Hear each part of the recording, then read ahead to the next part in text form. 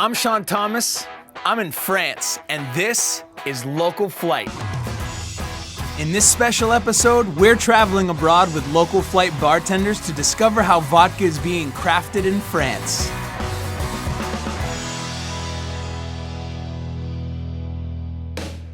This is the Charente region in western France. Known for its long history of spirit making, the countryside is dotted with vineyards, farmhouses, and fields. Here in the small village of Juliec-les-Coques is Les Logis, a 16th century estate that we'll call home for the next few days.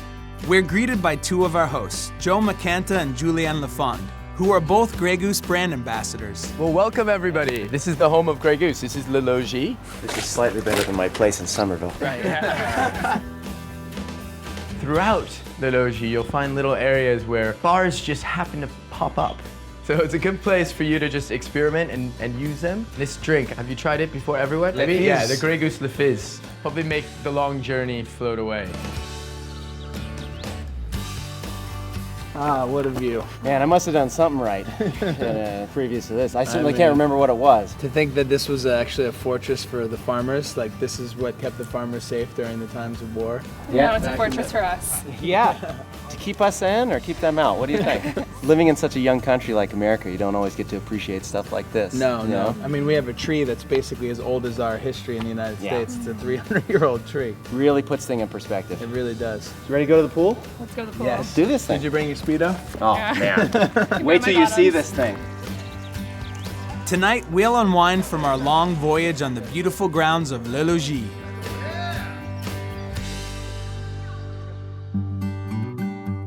Hello, good morning. Today we're meeting Francois Thibault, the maître de chai or cellar master for Grey Goose, to learn how vodka is made. So François, I would like to wish you a big warm welcome. Nous allons passer donc un moment ensemble pour se plonger dans l'histoire Grey Goose. And we're all going to be here to immerse in the Grey Goose story today.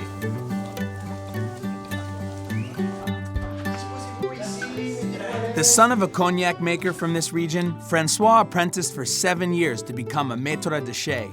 His knowledge was cultivated by a long line of cellar masters, each with 40 years' experience in the trade. Francois's revolutionary idea was to use his expertise as a cellar master to create a vodka using the best ingredients France has to offer. And that meant starting with the legendary wheat. It all starts in Picardy, in the north of France, where farmer Marc Aigret grows soft winter wheat exclusively for Grey Goose. With Grey Goose ambassador Emile Chaillot interpreting, we're finding out why Francois chose Marc and the wheat of Picardy. Marc is the 11th generation of farmer into his family. Sweet. Only the highest grade of wheat, blé pénifiable supérieur, is selected, the same grade used in the finest French breads and pastries. There is no irrigation. It's only natural. So your ancestors farmed pretty much this exact same Yes, soil. exactly. Marc, ils sont convaincus. Allez, on tape la main. The annual wheat harvest supplies 1 year's production of Grey Goose. 1 bottle of vodka equals 3 square feet of field. After the wheat is harvested, it's immediately transported to the distillery. Here, Francois mills the wheat on site to ensure the freshness of the flour and to guarantee he captures the full flavor in the spirit. Francois shows us the process from grain to flour to the stages of fermentation. The vodka is distilled only once using a continuous column distillation process invented by Francois that ensures the quality of the wheat remains. Now that we've seen how crucial the wheat is, it's on to an equally important ingredient, water, drawn from a natural aquifer formed thousands of years ago by rainwater trickling through limestone. You maybe can notice the different layers of limestones get denser and denser as more you go deeply. Limestone acts as a natural filter by removing pollutants and adding to the pure taste of the water. In the blending facility in Gensac in southwestern France, the spirits derived from the wheat of Picardy are blended with the pure water of the Charente Valley. The water is used 30 minutes after drawing it from the well, located right next to the facility. Before it goes through over 150 quality checks in the laboratory below, Francois tests the purity and balance of the blend the old-fashioned way. For the last step, each bottle is washed only with Grey Goose so that no other liquid ever touches the glass before it's filled. Back at Le Logis, I asked Julian to help me find ingredients on the grounds to make a special cocktail for the bartenders. First, we sampled herbs from the greenhouse and decided to go with rosemary to pair with the mulberries from the estate's own 300-year-old tree. These are them right here? Yeah, the berries are looking fantastic. They're looking great. If I can just kind of delicately Careful. move it off there. Look at that. It's crazy the amount of juice that comes out of there is just insane. I want to try one. Can I eat one right off the tree? Go for it. All right, here goes. Those are just delicious. Not as much tannins as the blackberry. You know how the blackberry has those really small seeds that almost add that tannic quality? Yeah. You don't get that as much. No, you really get the nice kind of round flavor and a little acidity as well, which makes it just perfect for the style of drinks we're gonna want to make. Yep, that's a good berry.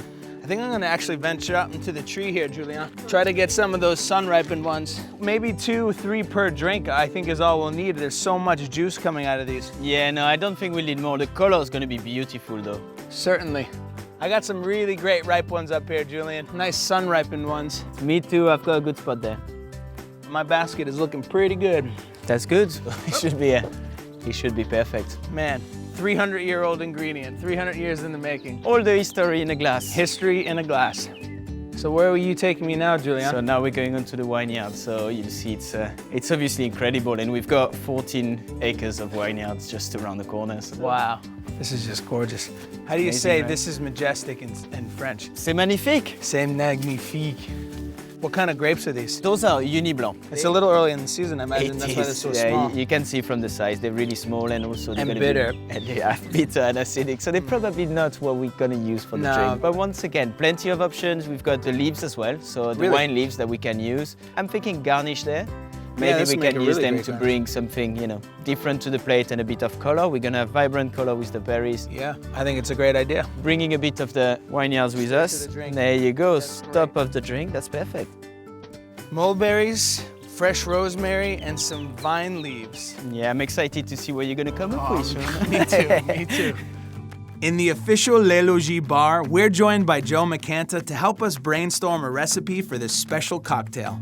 I gotta say, guys, I'm a little nervous. The pressure's on. I mean, I've had all these fantastic drinks this entire season, so I feel like it's my job to really deliver and create something unique. So ideas, let's talk cocktail templates. Right off the bat, since we're obviously using the berries and the rosemary, I think that takes the aromatic, strong and stirred template off the table, so we're dealing more with sours and fresh citrus. Yeah. What else do we have here that we can incorporate? Maybe an aperitif of some kind or a liqueur. So we keep a cabinet of all French vintage liqueurs. You've got some vermouths in here. I see some ones I'm familiar with. I know the Benedictine. Yeah, We've got the Quinale. Yeah, the 1967. They don't make it anymore. Wow. And actually right next to it, so this is that Pinot de Charente we were talking about. It's a dessert wine from around this area. It's slightly sweet, but it's basically, stopping the fermentation by adding some cognac in it. And you get this kind of fruitiness that you don't usually get. Can I try? Can I try a little bit? You don't want your drink to be overly complicated. Sure, so you want just kind of straightforward flavors that'll work with the fruit.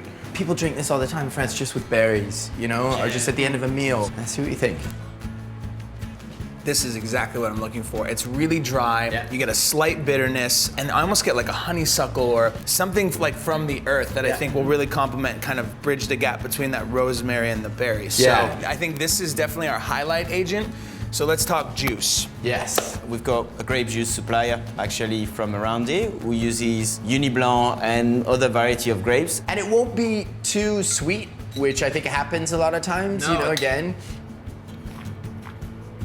Wow. That's gonna be good. So these mulberries. Yeah, I think we'll start with 3 of them. 3? All good things happen in threes. Exactly.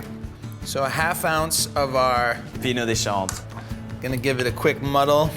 I mean, these berries are just so juicy.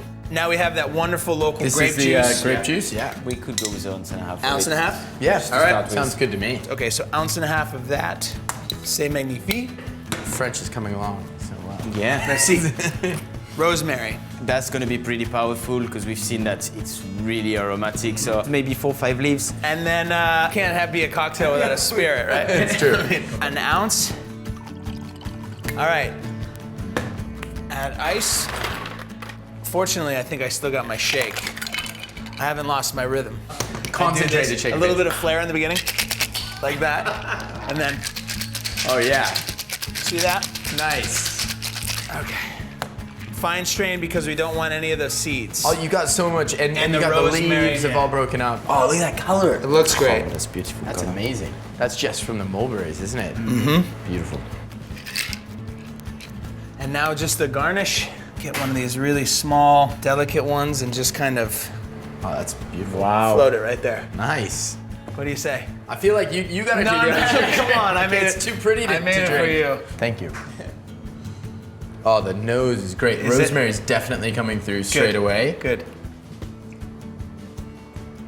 You know, it's really nice. How's I the mean, acidity? Genuinely, you get all of the different flavors. Like the mulberry's just kind of sitting underneath. Nice acidity. It's not like super sour. You know, it's very complex. You get, you know, the cognac side of the Pinot as well that's coming through, and you still get the DNA of Grey Goose. I think the bartenders will be happy with this drink, but we can't leave it without a name. We're dealing with Logis and the beautiful property here, all the ingredients that we forged, and everything that Francois has put into making this wonderful product. Yeah. So I'd like to try to capture all of that in one fell swoop. Amazing word. Yeah. Maybe l'héritage could be good, the heritage. The heritage. Yeah. La Good heritage. word, l'héritage. Heritage. All right, gents. Let's make a bunch of these for the bartenders, and I hope they like it just as much as we did. So, I think they will. all right. Hey guys. Hey.